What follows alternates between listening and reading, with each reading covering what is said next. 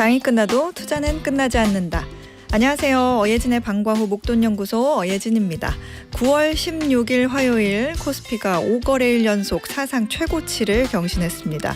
오늘은 1% 넘게 시원하게 오르면서 3,449.63, 3,450을 코앞에 두고 장을 마쳤는데요. 7거래일 연속 이어지는 외국인 매수세가 상승을 주도하는 모습입니다. 여기에 간밤 미국 증시에서 기술주가 강세를 보이면서 국내 대형 반도체 주가도 크게 올랐네요. 반면에 코스닥은 오늘 보합 마감하면서 어제와 비슷한 851에 시장을 마무리했습니다. 원달러 환율은요. 16일로 예정된 미국 금리 인하 기대감과 국내 증시 호조로 10원 급락한 1,378원에 장을 마쳤습니다. 지금 이곳 목동의 기온은 22.9도입니다. 비가 세차게 내리더니 목동은 햇빛이 좀 드러났네요. 어예진의 방과 후 목돈연구소 시작합니다. 어예진의 방과 후 목돈연구소 이하이의 손잡아줘요 띄워드리면서 문을 열었습니다. 김미숙님께서요. 합창 수업하는 날이라 버스 기다리고 있어요. 창원은 비 예보가 있었는데 비는 안 내리고 해가 쨍쨍해요. 현재 기온은 32도입니다. 3033님도요. 예진유님 출첵합니다. 지금 경북 포항에는 날씨가 쨍쨍입니다. 쨍쨍한 곳은 창원과 포항이군요. 여기도요 사실 비가 억수같이 내렸거든요. 그런데 어방목 시작할 때 되니까 이렇게 햇살이 쫙 비추더라고요. 여러분 만날 때 돼서 그런가 봐요. 자, 월요일부터 금요일까지 오후 4시에 문 여는 SBS 라디오 어예진의 방과 후 목돈연구소고요. 무료로 SBS 라디오 들을 수 있는 어플 고릴라 그리고 유튜브 채널 시교라로 함께 하실 수 있습니다. 여러분 이야기도 기다리고 있습니다. 샵 1035 단문 50원 장문 100원의 유료 문자로 보내주세요. 추첨해서 커피 쿠폰 보내드릴게요. 오늘 1교시는 한 가지 경제 현상을 제대로 파보는 분석 천재 나건웅 그리고 2교시는 그때 그 시절 뉴스로 배우는 경제 이모저모 라떼 뉴스와 함께합니다. 저 어예진이 직접 고른 꼭 알아야 할 뉴스 어뉴스 오늘도 배달 왔습니다.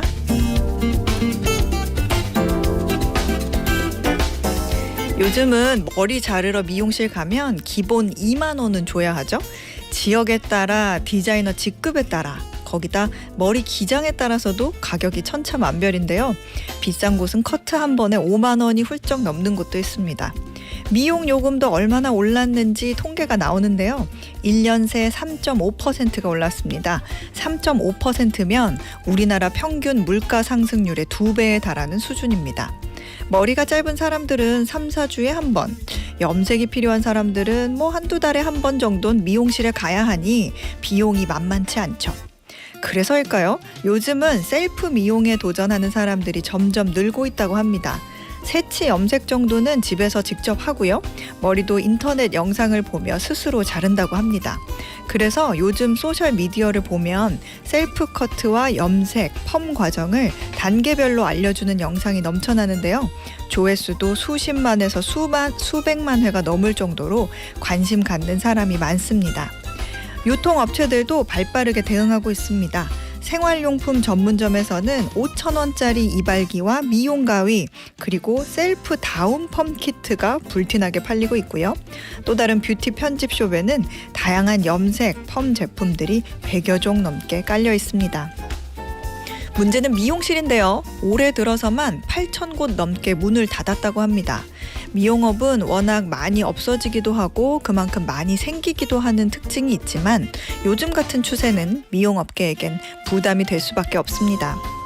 물론 전문 교육을 받지 않은 사람들이 직접 머리를 손보면 실패할 확률도 있습니다.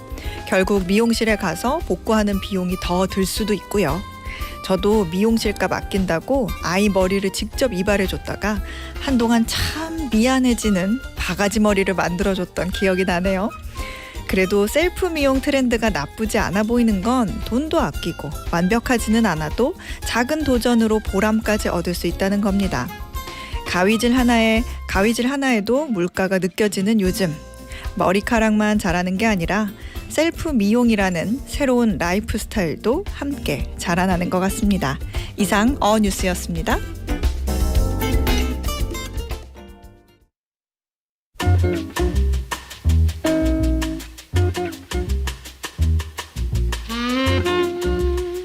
가지 경제 현상을 제대로 파보는 분석 천재 나건웅. 오늘도 매경 이코노미의 나건웅 기자 스튜디오에 나왔습니다. 어서 오세요. 네, 안녕하세요. 네, 오늘 분석해 주실 경제 이슈 뭔가요? 네, 오늘은 좀 독특한 내용입니다. 네. 동네 소모임 요새 많이들 가입도 하시고 활동도 하실 텐데요. 네. 요즘에는 지역 주민들로 구성된 동네 단위 커뮤니티가 새로운 경제 활동 무대로 떠올랐습니다. 이게 우리 동네 단위에서 소비도 하고 거래도 이뤄지고 그런 고용 같은 경제 활동들이 활발히 이뤄지면서 국내 기업들도 동네 커뮤니티 민심 잡기에 여념이 없거든요.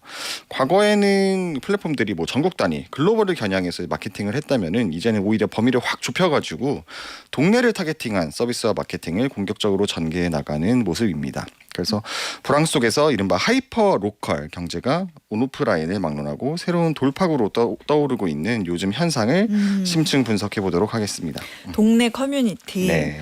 뭐 저도 동네에 뭐 예진아 달리자 운동해야지 어허. 이렇게 불러놓고 네. 정작 나오면 치킨집에 가서 달리는 그런 언니들, 무서운 언니들 소모임 있기는 해요. 다른 식으로 네. 달리시는군요. 네. 근데 이게 좀 뭐 동네마다 이런저런 소모임이나 커뮤니티가 활성화되고 있다는 얘기는 듣긴 들었는데 그게 또 경제 활동까지 이어지고 있다는 얘기는 좀 신선한 것 같네요. 그렇죠. 네, 말씀하신 대로 뭐 요새 동네 러닝크루 같은 운동 모임도 있고 뭐 네. 술을 달리는 술 모임도 있을 수 있고요. 그리고 뭐 지역 주민들이 모여서 뭐 독서 등 뭐 취미를 나누는 모임 이런 것도 당연히 동네 단위 커뮤니티라고 할 수 있는데요. 네. 최근에는 이런 모임을 통해서 경제적인 이득을 취하고자 하는 현상이 더욱 두드러지고 있습니다. 사실 이게 새로운 개념은 아니고요. 가장 오래되고 대표적인 경제 활동을 추구하는 동네 커뮤니티가 바로 지역별로 활성화된 맘카페라고 할 수 있습니다. 동네마다. 여기서 이제 우리 맘들께서 제품도 공구하고 그다음 기업들로부터 협찬도 받고 뭐 이런 활동 많이 하잖아요. 네. 특정 제품은 맘카페 입소문만 타도 매출이 뭐 두세 배 뛰는 경우도 많았고요. 네. 그래서 기업 입장에서는 뭐 방송이나 광고보다 오히려 맘카페 같은 이런 커뮤니티가 파급력이 더 큰 채널이 된 건데 요즘에는 이런 형태가 더욱 다양해지고 있는 모습입니다. 뭐 맘카페 파워야 뭐 정보력, 뭐 단결력, 뭐 어떻게 보면 권력 면에서도 어마무시하죠. 네. 또 다른 동네 커뮤니티 뭐 어떤 것들이 또 새로 생겨나고 있어요? 네, 요즘 새로 생겨나고 있는 것은 뭐 대표적으로 마트 오카방을 들 수 오카방? 있는데요. 오카방 들어보셨을까요? 이게 오카방이 네. 오픈 카톡방에 오픈 카톡방. 준 말이라고 합니다. 네, 그 아무나 막 열 수 있잖아요. 네. 요새는 이제 기업형 슈퍼마켓 SSM이라고 하죠. SSM이나 대형마트 매장에서 저마다 오카방을 운영을 직접 하고 있습니다. 그러니까 그런 오픈 채팅방을 파놓고 네. 여기다가 매일 아니면 매주 할인 정보를 그때그때 공지로 올리고 이런 식이고요. 단순히 할인 안내를 넘어서 직원이 채팅방에 참여해가지고 실시간으로 상품 사진을 찍어 올리거나 고객 질문에 바로 답하는 것도 이제 관찰할 수 있는데요. 오. 예를 들면 고객이 오픈 채팅방에 들어가서 뭐 오늘 사과 뭐 들어왔나요? 배 들어왔나요? 뭐 이렇게 물어보면은 직원이나 점장이 진열대 선반을 찍어서 이렇게 싱싱한 사과가 있다 오셔라 뭐 이렇게 알려준달지 아니면은 이거 어제 마트에서 주신 지갑이 있는데 이거 누구 거냐 막 이렇게 올리면은 이렇게 분실물 사진을 찍어서 주인을 찾는달지 뭐 아주 다양한 대화가 오고 가고 있고요. 네. 이 직원은 물론 방에 들어있는 동네 주민끼리도 서로 대화를 나누고 이렇게 하면서 동네 사랑방 역할까지 요즘은 이런 마트 오카방이 한다고 하더라고요. 네. 안 읽은 채팅 막 몇백 개 돼 있을 것 그렇죠. 같은데 수두룩하겠죠. 네. 이 오픈 카톡방에 들어오면 그러면 뭐 어떤 혜택이 있어요? 네, 혜택이 있습니다. 예를 들면은 오카방 회원이라는 사실을 인증만 해도 뭐 할인을 받을 수 있는 제품도 있고요.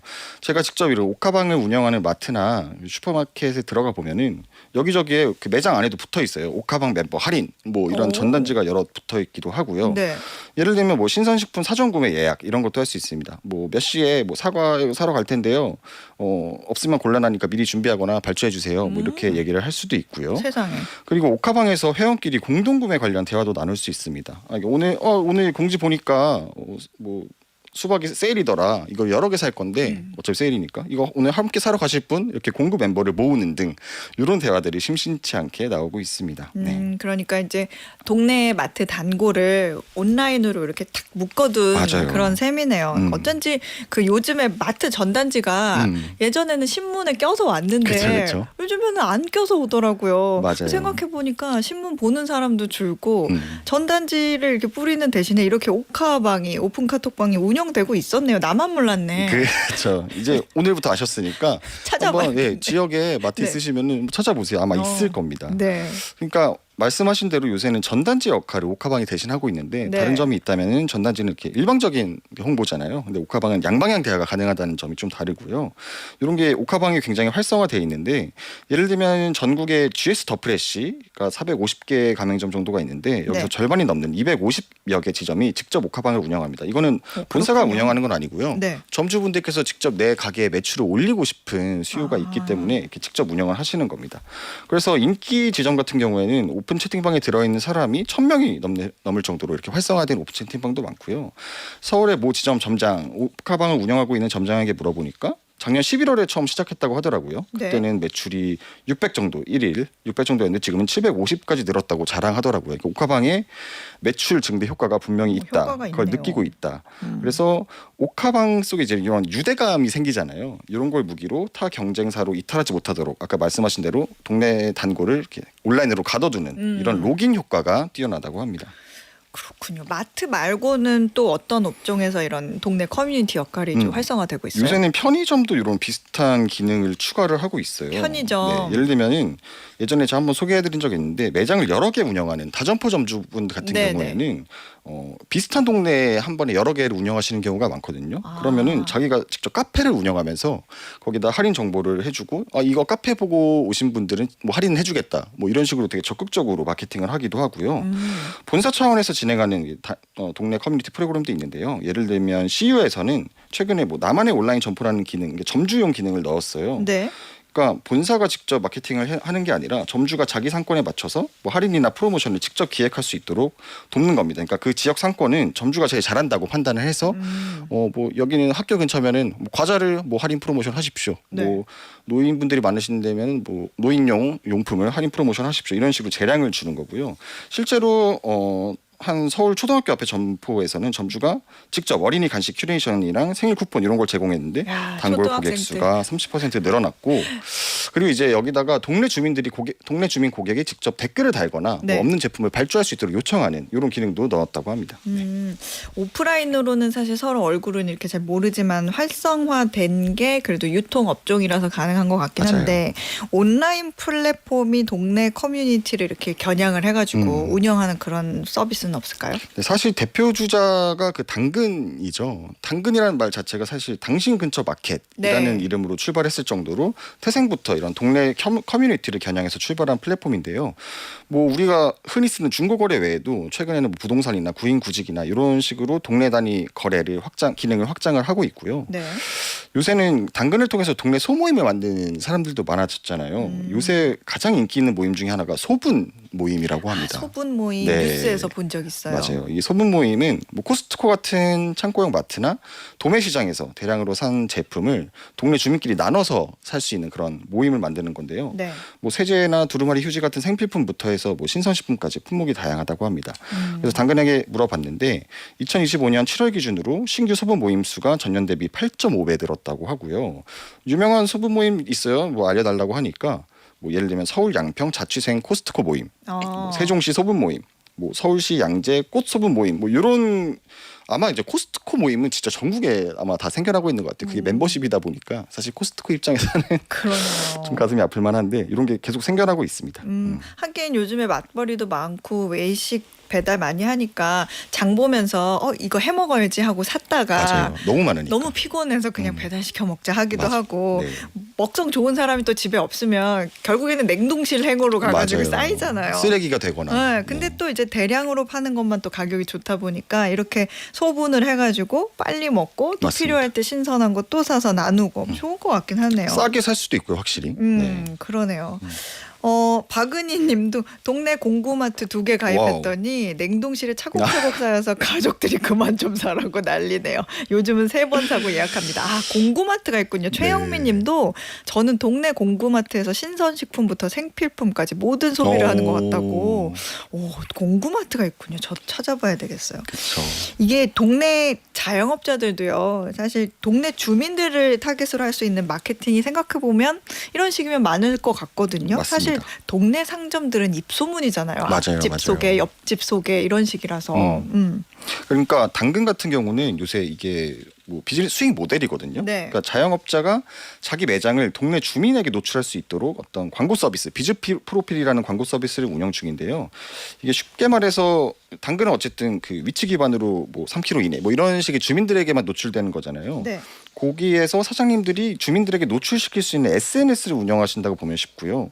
동네 주민이랑 소통을 하면서 단골을 끌어모으는 방식인데 예를 들면은 뭐 경기도 오산의 한 음식점에서는 뭐 당근 단골에게 혜택이나 할인을 집중해가지고 뭐 이런 식의 컨텐츠를 계속 올리는 거죠. 우리 집은 상추만 먹어도 이득이다 오셔라 이런 걸 당근에 계속 노출을 하다 보니까 이런 유머러스한 포스팅이 입소문을 타면서 손님을 크게 모으게 됐고요. 네. 또 재밌었던 게 부산의 한 백화점에 입점해 있는 그냥 진짜 작은 신발 수선 가게 사장님이 계세요. 네. 고령이신데 어느 날부터 이제 자기가 고치고 있는 신발 사진을 이렇게 올리는 거예요. 사진을 하나씩. 네. 그리고 뭐 이런 신발 부위는 뭐 이런 겁니다. 이런 기능입니다. 이런 거를 소개해주는 컨텐츠를 포스팅하면서 단골들이 요거 재밌다. 한번 찾아가 보자. 이렇게 하면서 이렇게 지역 주민에게 마케팅을 하면서 사람을 많이 끌어모았다고 합니다. 그러니까 사실 자영업자 입장에서는 전국 단위 마케팅은 크게 중요하지가 않잖아요. 네. 관건은 동네 주민을 끌어모으는 건데 네. 그런 면에서 동네 마케팅이 훨씬 중요하거든요. 그래서 자영업자 여러분들도 뭐 당근을 해보라는 게 아니라 이런 식으로 뭐 오픈 채팅방 같은 경우는 다 공짜잖아요. 이런 걸 파보는 것도 이런 식의 동네 마케팅 해보시는 것도 좋은 수단이 될 것 같습니다. 당근이 이런 식이면은 동네 커뮤니티 잡기 위해서 노력하는 다른 온라인 플랫폼도 생겨나지 않았을까요? 맞습니다. 사실 뭐 네이버 같은 전국구 플랫폼에서도 요새는 동네에 많이 주목을 하고 있어요. 모임 앱 있죠. 밴드도 동네 밴드 서비스를 만들었고요. 네. 2020년에는 이웃 중고거래라고 해서 이런 걸 도입했는데 요새 N 플리마켓이라는 이름으로 재단장하면서 힘을 주고 있습니다. 또 이제 위치 기반 서비스에 강력하다 보니까 네이버 같은 경우에는 우리 동네 서비스라는 게 있는데 요거는 내 주변의 맛집이나 병원, 뭐 학교 정보를 보여주고 카페 이웃 기능으로 지역 소식을 묶어주기도 하고요. 그리고 네이버 외에도 동네를 겨냥한 앱이 굉장히 많습니다. 예를 들면 동네 주민끼리 서로 애완동물을 돌봐줄 수 있도록 이렇게 뭐라고 하죠? 이렇게 나누는 그런 거 품앗이라고 하나요? 그다음 매칭 펫시터 연결을 해주는 이런 플랫폼도 있고요.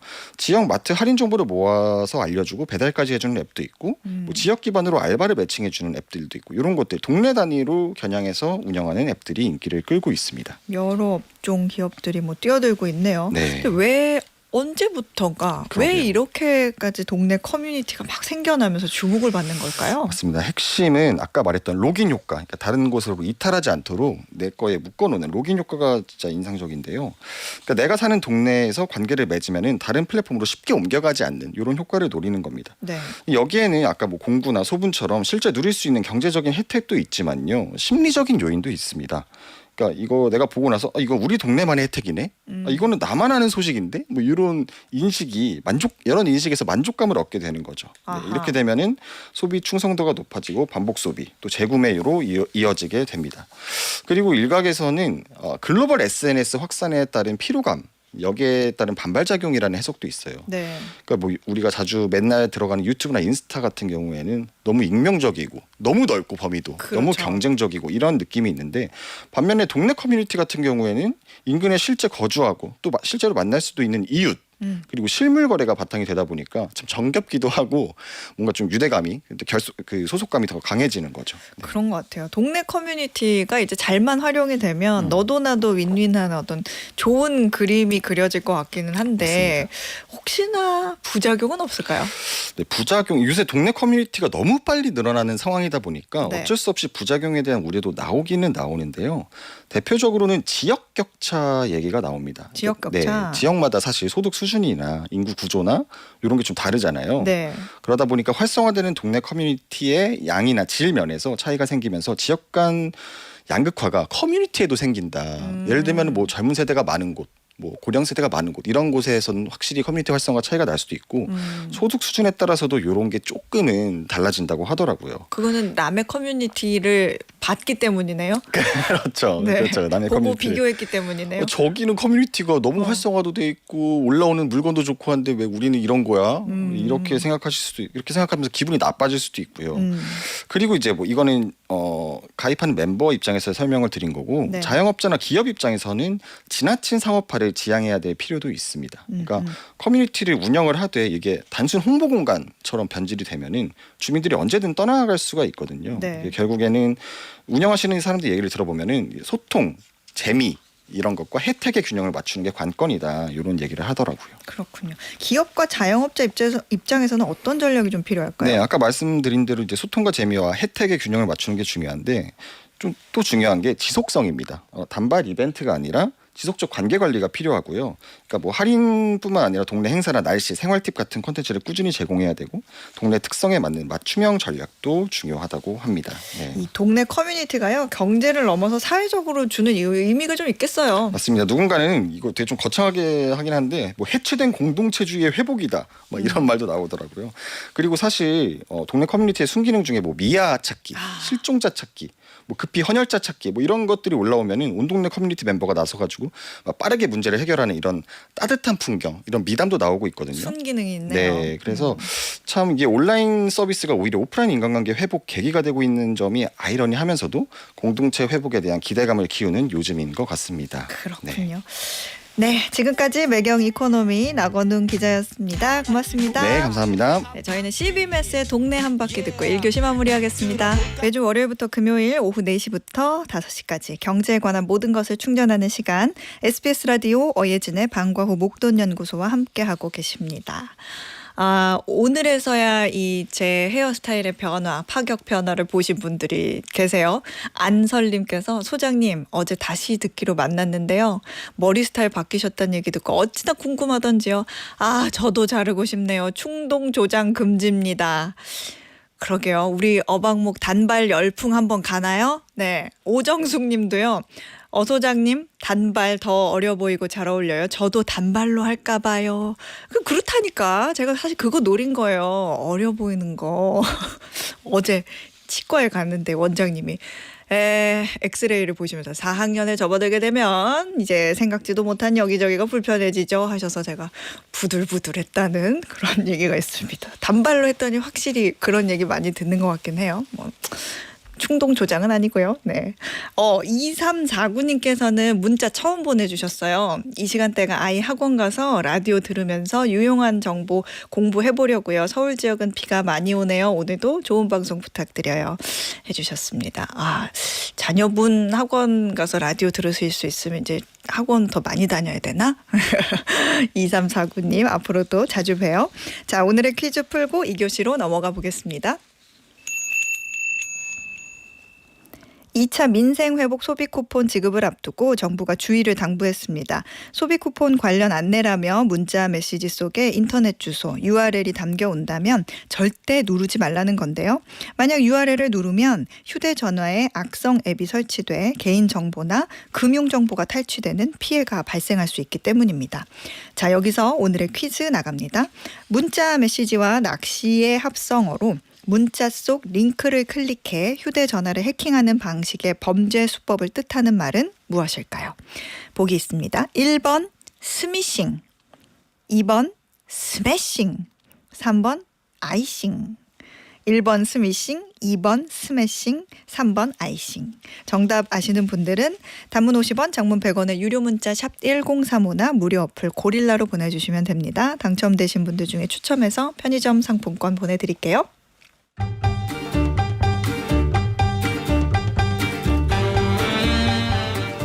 타임머신을 타고 그때 그 시절 뉴스를 다시 읽어보고 경제 이모저모를 배우는 라떼 뉴스. 오늘도 한국경제신문 임현우 기자 나왔습니다. 어서 오세요. 네, 안녕하세요. 네, 오늘은 몇 년 전 뉴스 한번 볼까요? 네, 오늘은 34년 전으로 가보겠습니다. 1991년 1월 4일 연합뉴스 기사고요. 제목은 아파트 이름 외래어 몰아내기입니다. 이때도 아파트 이름에 외래어가 많았나 보네요. 한번 1991년에는 어땠는지 기사로 만나볼까요?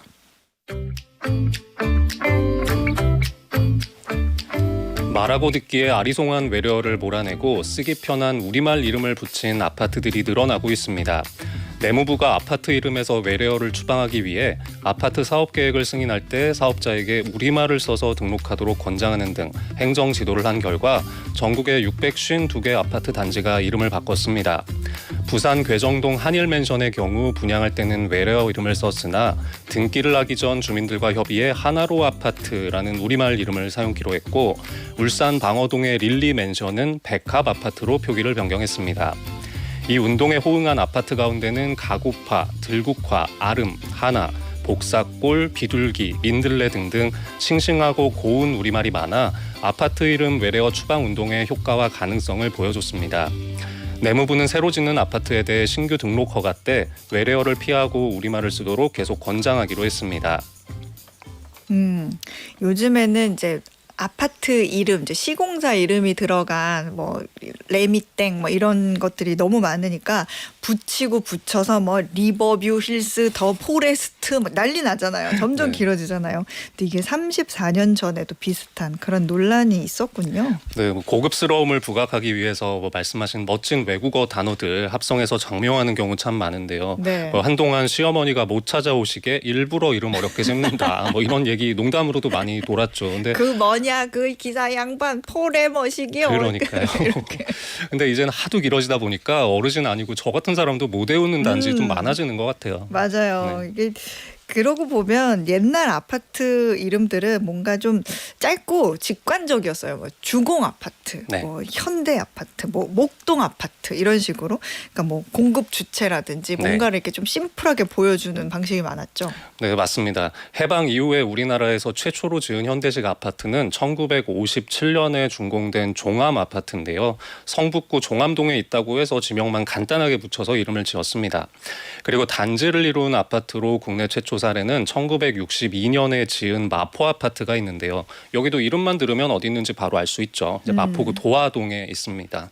이게 아파트 자체가 흔치 않았던 시절이니까 뭐 간단하게 그렇게 장명할 수 있었던 게 아닌가. 그렇죠. 네. 하지만 수도권을 중심으로 대규모 아파트 건설이 본격화되면서 1970년대 들어서는 영어가 야금야금 등장하기 시작합니다. 점보나 렉스, 퀸스, 골든 이런 단어들이 이제 이때도 들어갔던 건데요. 네. 서울시에서 1974년에 아파트 명칭을 외래어로 사용하면 건축 허가를 내주지 않겠다고 하기도 했습니다. 장미, 은하, 수정, 개나리 아파트 등등이 이때 좀 생겨났었습니다. 그렇게 또 몰아서 들으니까 그 당시에는 아파트 이름이 참 예쁜 순 우리말인 경우가 많았던 것 같네요. 장미 뭐 이런 거. 그렇죠. 이 주변에서 흔히 접하는 야생화 이름이나 좀 전통적인 정서가 담긴 명칭들이 많았습니다. 뭐 진달래나 까치, 목화, 목련, 또 청실홍실도 있고요. 뭐 하지만 이런 주택들도 이제 재건축을 통해서 다시 태어나는 과정에서 외래어로 많이 바뀌었죠. 그렇군요.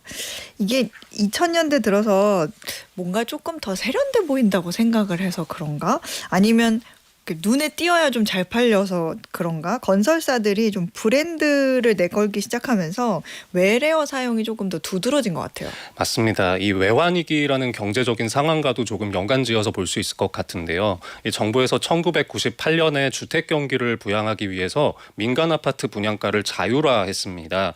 주택 사업의 수익성이 높아지면서 대형 건설사들이 적극적으로 뛰어들게 됐는데 분양에 최대한 흥행하기 위해서 브랜드 네이밍을 마케팅 요소로 활용을 해서 화려함이나 고급스러움을 강조한 건설사들이 많이 나왔고요. 이게 대성공을 거두는 사례들이 많아지면서 표준으로 굳어지게 된 겁니다.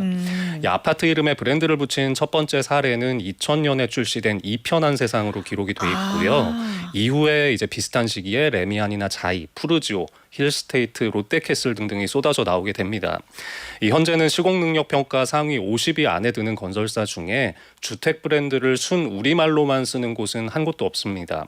뭐 사랑으로라는 브랜드로 유명한 부영 같은 곳들이 네네. 있습니다만 여기서는 애시앙이라는 브랜드도 함께 쓰고 있고요. 한화에서는 꿈의 그린이라는 아파트 많이 지었는데 지금은 포레나로 또 주력 브랜드가 바뀌었습니다. 공기업인 LH도 기존의 우리말 브랜드인 뜰한채나 천년나무를 대체해서 안단테나 휴먼시아 같은 상표 개발해서 좀 외국어 열풍에 가세를 했죠.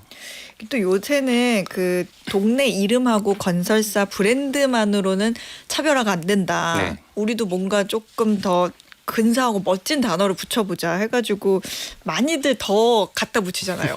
그렇죠. 이 건설업계에서는 아파트의 입지나 자연 경관, 특색 같은 거를 강조하기 위해서 이렇게 추가적으로 붙이는 표현을 펫 네임이라고 부릅니다. 네. 뭐 우리말로 애칭이 똑같은 뜻인데요. 아파트의 가치를 높이기 위해서 고유한 정체성을 부여하고 상징화하려는 이런 전략이 되겠습니다. 펫 네임. 많이 쓰는 펫 네임은 뭐가 있어요? 네, 뭐 예를 들어서 특정 개발 지구에서 최초로 들어서는 대단지다. 그러면 더 퍼스트 아파트 이렇게 아. 붙는 게 많고 그런 게 또 의미였군요. 그렇죠. 또 지역의 중심부에 있다 이러면 입지를 강조하기 위해서 제가 맞춰볼게요. 네. 센트럴. 아 그렇죠. 어. 네. 요게 굉장히 많이 들어가요. 네. 그리고 또 근처에 공원이 있으면 뭔지 상상되시죠? 파크. 네, 또 파크 있고 호수가 있다 이러면 레이크가 추가가 되고요. 지하철이 가까우면 메트로, 학교가 가깝다면 에듀 이런 팬네임들이 많아서 이것만 잘 보셔도 입지상의 속성을 조금 상상하시는 게 가능합니다. 아, 그럼 하버 이런 거는 바다가 네. 근처에 있어서 그런 네네, 뭐 거군요. 오션뷰 이런 거 붙인 것도 아. 있고 사실 보면은 다 이런 컨셉들이 있는데요. 막 갖다 붙인 게 아니었네요. 의미는 있고요. 음. 근데 최근에 이제 라틴어나 독일어, 프랑스어 등등까지 동원이 어머. 되고 있죠. 그러다 보니까 자꾸 단지명이 어려워지는 거잖아요. 맞습니다. 이 부동산 시장 정보 업체에서 전국 아파트 이름의 글자 수를 세본 게 있는데요. 네. 1990년대에는 평균 4.2글자, 2000년대에는 6.1글자, 2019년에는 9.84글자였다고 합니다. 근데 지금은 뭐 10글자는 기본이고 그 이상인 곳도 많이 보실 수가 있는데요. 네.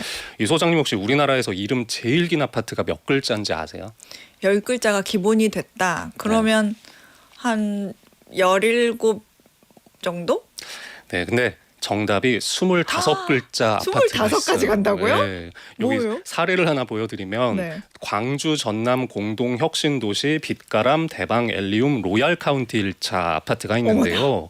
이 사실 실명을 거론하는 게 여기 사시는 분들에게 좀 실례긴 한데 제가 사례를 보여드리는 거니까 좀 양해를 부탁을 드립니다. 주소 쓰실 때 굉장히 힘드실 것 같아요. 그렇죠. 네. 이게 어쩌다 이렇게 길어졌냐면 이제 아파트 이름을 지역 또 건설사 이름, 브랜드 이름, 여기에 펫 네임 이런 순서로 이제 많이 짓기 때문에 그렇습니다. 그러니까 이 광주 전남 공동혁신 신도시 빛가람 이게 지역 이름이고 또 건설사 이름에 엘리움이라는 브랜드 들어가고 로얄 카운티가 펫 네임으로 붙은 겁니다. 근데 이제 실제로 이 지역 사시는 분들은 그냥 빛가람동 대방 이렇게 6자로 줄여서 많이 부르신대요. 뭔가 그래도 막 억지로 붙인 게 아니라 남들 다 붙이는 거 하나하나씩 하다 보니까 이렇게 네네. 길어지긴 한 거네요. 단지명이 이렇게 길어지는 또 다른 원인이 있을까요? 10년 전쯤부터 이제 여러 건설사가 컨소시엄 형태로 공동 시공을 하는 재개발이 많아진 것도 좀 영향을 줬다고 볼 수가 있습니다. 컨소시엄을 이뤄서 들어가면 한 회사가 전부 다 시공할 때에 비해서 뭐 공사비 상승이나 미분양 리스크를 줄일 수 있기 때문인데요. 뭐 예를 들어서 강북의 유명한 단지 중에 하나로 마레프라는 곳 많이 뉴스에서 네네. 보실 겁니다. 이제 마포, 레미안, 푸르지오인데 레미안과 푸르지오가 함께 지었다 그래서 이름을 둘 다 넣은 겁니다. 아, 그랬군요. 근데 이제 건설사들이 뭐 세 곳 이상 그러니까 정말 단지가 정말 큰 경우에는 네네. 많이 들어가서 시공하는 경우도 있잖아요. 그렇죠. 이제 그런 경우에는 명칭이 너무 길어질 수 있기 때문에 완전히 새로운 이름을 도입을 하는데요. 이제 이 과정에서 이름이 또 어려워지기도 합니다. 예를 들면 잠실시형 재건축은 세대수가 7천 가구 가까이 됐거든요. 근데 네. 이제 6개 건설사가 들어가서 6분의 1씩 나눠서 시공을 했습니다. 그렇다 보니까 건설사 이름을 나열하는 대신에 잠실 파크리오라는 이름을 쓰게 됐고요. 가락시형 재건축도 3개 업체가 들어가서 이제 헬리오시티라는 단지로 바뀌게 됐습니다. 아. 과거에는 아파트 이름을 건설사들이 자체적으로 정했다면 현재는 이제 전문적인 브랜딩 업체들까지 껴서 이제 이름을 짓고 있는데요. 그러다 보니까 특징을 부각하려고 단지명이 더 화려해지고 있다. 이런 게 업계의 중론 되겠습니다. 여러 가지 원인들이 있네요. 근데 이제 어려워지는 아파트 이름에 대해서 이렇게 외래어 많이 쓰고 이렇게 길어질 필요가 있냐 이런 반응도 있지만 사실은 계속 이런 이름이 나온다는 거는 그만큼 시장에 수요가 있기 때문 아니에요? 네, 맞습니다. 뭐 고급스러운 이미지가 집값에 도움이 될 것이다. 뭐 이런 인식 때문이라고 할 수 있겠는데요. 이 사실 한국의 특성 중에 하나가 국민들이 보유하고 있는 자산 중에 금융 자산의 비중은 적고 부동산 자산의 비중이 높다는 겁니다. 맞아요. 우리나라는 가계 자산의 70% 이상을 부동산이 차지하고요. 금융 자산은 30%가 안 되는데요. 전 세대 평균이 이 정도고 좀 65세 이상 고령층으로 가면 80% 이상에 집중이 돼 있는 경우들도 꽤 볼 수가 있습니다. 네. 이 반대로 일본이나 미국 같은 해외에서는 가계 자산의 한 70% 정도가 금융 자산이고요. 부동산 비중은 한 30% 정도 정반대가 나오고 그러네요. 있습니다. 이렇다 보니까 이제 내가 거주하고 있는 곳이자 최대 재산이라고도 할 수 있는 아파트의 몸값이 좀 중요하고 네. 좀 자산 가치를 극대화하려는 이런 니즈가 좀 크다고 볼 수가 있겠는데요. 이 사회학자들이 우리나라 아파트 명칭의 의미를 분석 분석한 연구 논문들도 볼 수가 있습니다. 그래요? 네, 근데 보면은 이제 로얄, 팰리스, 퍼스트, 센트럴 이런 단어들은 뭔가 좀 귀족이 연상되거나 중심에 있고 앞서가는 느낌을 주는 단어들이 많다는 건데 좀 사람들의 욕망이 투영돼 있다고 분석하시기도 합니다. 근데 이렇게 이름을 뭐 고급스러운 단어나 뭐 이렇게 여러 가지를 붙여 쓴다고 해서 실제로 인지도 높은 그런 효과가 있느냐, 그러니까 집값의 상승 효과가 있느냐 하면 결과는 어때요? 근데 그런 실증 분석 결과가 좀 있더라고요. 있어요? 이게 4년 전에 한국 부동산 분석학회가 2006년 이후에 서울 아파트 중에 이름을 바꾼 9개 단지, 인근 단지 실거래 사례 4만여 건을 조사해서 발표한 적이 있는데요. 네. 이 학회 분석 자료를 보면 아파트 명칭을 인지도가 높은 대기업 브랜드로 변경했을 때 그렇지 않은 주변 아파트보다 7.8% 집값 상승 효과가 있었다고 했습니다. 물론 단기적인 효과에 좀 그쳤고 지역명만 살짝 바꾼 단지에서는 통계적으로 유의미한 효과가 없는 곳들도 꽤 있기는 했고요. 그리고 이런 경우도 있죠. 왜 동네 이름을 이제 아파트에 넣는 경우가 이제 있는데 네네. 그 동네 이름을 넣는 거 가지고도 분쟁이 좀 있다고 들었어요. 뭐 예를 들어서 행정 주소상으로는 그 동이 아닌데 네.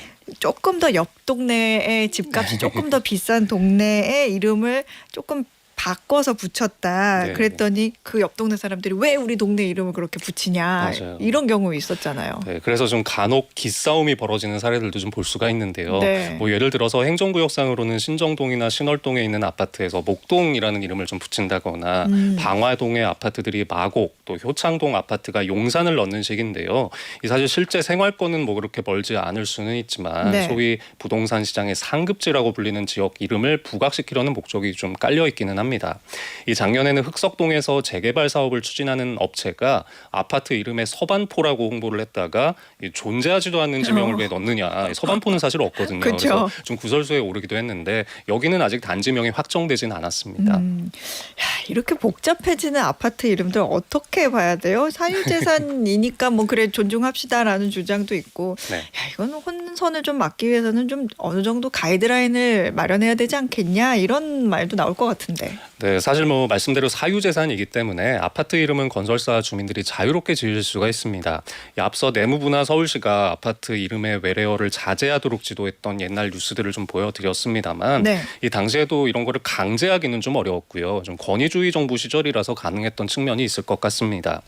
저희 한쪽에서는 아파트 명칭은 점유자의 소유물이기도 하지만 시민들이 건물을 식별하는 주소로서 공공적인 수행하는 이런 기능들도 있기 때문에 네. 어느 정도 가이드라인이 필요하다는 의견을 제시를 합니다. 의류나 과자 이름 짓는 것처럼 똑같이 브랜딩을 해서는 안 된다는 주장이 있고요. 이 설문조사에서 서울 시민의 74%가 아파트 이름이 어렵고 비슷비슷해서 방문할 때 헷갈린 적이 있다고 응답을 했고요. 몇 글자가 적정하냐 생각하시는지 물었더니 한 60%는 한 4-5글자였으면 좋겠다라고 말을 했습니다. 또 공인중개사 중에도 22.5%가 아파트 이름을 혼동해서 계약서를 다시 작성한 적이 있으시다고 하네요. 와, 공인중개사 또 헷갈릴 정도예요? 네, 근데 좀 이런 비판에 대해서 반론도 물론 있습니다. 네. 이 아파트 이름을 다 이렇게 간섭하는 건 정부의 과도한 규제다. 그리고 또 우리 언어 생활이나 문화도 계속 바뀌고 있는데 외래어를 쓰라 쓰지 말라 강제할 수 있냐는 겁니다. 이 무엇보다 건설사들의 설명을 들어보면 현실론을 많이 얘기하는데요. 그게 무슨 얘기예요? 이 조합이나 입주민들께서 좀 세련되고 고급스러운 이름을 원하신다는 겁니다. 그래서 사측에서 명칭을 여러 가지를 제안을 하면 네. 그중에 가장 좀 화려한 것들을 선택하는 경향이 있다는 건데 그냥 무슨 아파트 이렇게 지어서 가져가면 별로 안 좋아하시고 1차, 2차 이런 것도 붙는 거를 좀 안 좋아하신대요. 뭐 어찌됐든 정부나 지방자치단체 차원에서 아파트 이름을 단순하게 또 직관적으로 짓도록 유도하려는 노력은 계속 하고 있습니다. 작년에는 서울시에서 길고 어려운 이름 그만 쓰자 이러면서 좀 가이드라인 다시 한번 내놓기도 했습니다. 너무 긴 거는 또 안 좋을 수도 있지만 또 해주신 말씀을 들어보니까 그래 막상 새로 지어서 완전히 새롭게 탈바꿈하고 이미지를 한번 바꿔보고 나도 새 집에서 이렇게 산다고 생각했을 때 멋진 이름을 갖고 싶긴 할 것 같아요. 사람 마음이 저는 이해는 됩니다. 네, 당연히. 이해는 되네요. 네. 근데 서울시가 그렇게 가이드라인을 내놓으면서 어떤 이름 뭐 권장하고 있거나 뭐 그런 게 있나요? 네, 뭐 이번에도 강제성은 없습니다만 몇 가지 원칙을 제시했는데요. 일단 첫 번째로 왜 어려운 외국어 사용은 좀 자제해달라. 그리고 두 번째로 고유지명을 많이 활용해달라고 했고, 이 세 번째는 펜네임이 아파트 이름이 길어지는 주된 원인이기 때문에 좀 사용을 자제해달라 이렇게 했고요. 마지막으로 최대 10글자 넘지 않게 좀 적정 글자 수를 지켜달라 이런 것들을 권장했습니다. 자, 근데 이 가이드라인 책자를 저는 쭉 읽어보면서 공감이 하나 됐던 게 좀 네. 최근에 어려운 이름이 너무 늘어나서 오히려 단지를 차별화시켜주지 못하고 있다라고 했던 대목이 있는데요. 좀 패션도 뭐 이렇게 꾸꾸꾸를 너무 하는 것보다는 좀 이렇게 무심하게 꾸안꾸하는 게 어떨 때는 좀 멋있잖아요. 너무 적절한 비유다. 네, 그래서 좀 직관적으로 오히려 지으면 좀 역발상으로 요즘 같은 때는 더 와닿지 않을까 그런 생각도 좀 들긴 하더라고요. 아파트 이름도 이제는 꾸꾸꾸 하지 말고 네. 꾸안꾸 한번 네. 해보자. 괜찮은 비유인 것 같아요. 자, 오늘 너무 재밌게 이야기 들어봤습니다. 지금까지 한국경제신문 임현우 기자였습니다. 고맙습니다. 네, 감사합니다. 네, 퀴즈 정답 확인해 보겠습니다. 정답은요. 1번 스미싱이었습니다. 스미싱은 문자 메시지, SMS, 그리고 낚시, 피싱의 합성어로 문자에 담긴 URL을 누르면 악성 앱이 깔리거나 가짜 사이트로 유도돼 개인정보, 금융정보가 탈취되는 범죄 수법이죠. 정부에서는 소비 쿠폰 안내문에 URL을 넣어 보내지 않으니까 청취자분들도 관련해서 의심스러운 문자를 받았다. 그러면 바로 삭제하시면 좋겠습니다. 자, 오늘 정답 보내주신 분들 중에서 편의점 상품권 받으실 세 분은요. 충북 청주입니다. 부장님 모시고 회의 가는데 제가 어방목 듣자고 했어요. 저 잘했쥬? 오늘도 야근인데 화이팅 해주세요 하고 8233님이 보내주셨어요. 잘했슈. 잘했슈. 네. 그리고 연세 드신 분들은 특히 더 위험할 텐데 빨리 없어지길 바래요 라고 보내주신 임명숙님, 그리고 마지막으로 딸이 매번 전화 옵니다. 스미싱 조심해야 한다고요 라고 보내주신 김성철님까지 이렇게 세 분께 편의점 상품권 보내드리도록 하겠습니다. 어예진의 방과 후 목돈연구소 오늘 순서는요. 윤수일의 아파트 띄워드리면서 물러가겠습니다. 내일도 세상 돌아가는 소식 투자의 기본기 알고 싶다면 오후 4시 어예진의 방과 후 목돈연구소로 놀러오세요.